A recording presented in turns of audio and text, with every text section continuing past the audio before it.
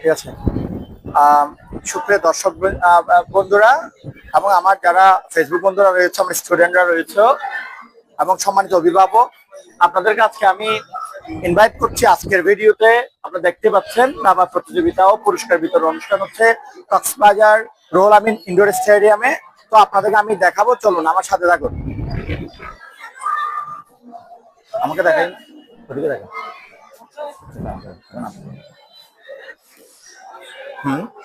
এই যে এখানে দারুণভাবে প্রতিযোগীদের মধ্যে প্রতিযোগিতা চলছে। তো দেখতে পাচ্ছেন অনেক চমৎকার একটি বিষয় চলবে। তারা মানে ওভারেই তারা মানে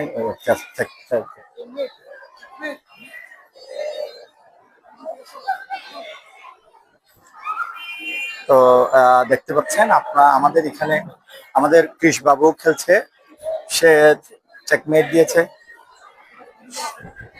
দেখাও দেখাও। ওকে,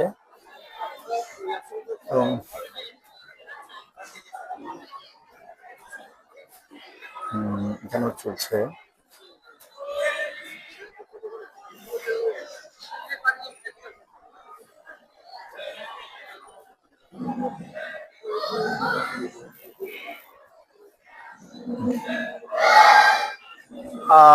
তো বন্ধুরা দেখতেই পেলেন যে আমাদের যে দাবা কম্পিটিশনটা হচ্ছে, এখানে সবাই বসে প্রতিযোগীরা খেলায় অংশগ্রহণ করেছে। আমাদের অভিভাবকরা অনেক সময় চিন্তা করে যে আমার ছেলে ফ্রি ফায়ার খেলে, আমার ছেলে মোবাইল এডিকশন আছে, এবং তাদেরকে বকা দেওয়া হয়, মোবাইল কেড়ে নেওয়া হয়। আসলে কিন্তু তাদেরকে সেই মোবাইল এডিকশন থেকে বাইর করে আনার জন্য ওইটা কিন্তু উপযুক্ত পদ্ধতি নয়। উপযুক্ত পদ্ধতি হলো আপনার ছেলেকে বিভিন্ন আউটডোর গেম, বিভিন্ন ইনডোর গেমে অ্যাটাচ করিয়ে দিতে হবে। এতে করে সে তার মোবাইল এডিকশন থেকে বাইরে হয়ে আসতে পারবে, অন্যথায় পারবে না। তো আমি বলবো আপনার সন্তানকে যদি বাইরে আসার সুযোগ কম থাকে, তাহলে আপনি তাকে দাবা খেলতে দেন, ইনডোর খেলতে দেন, টেবিল টেনিস খেলতে দেন, ইত্যাদি ইত্যাদি।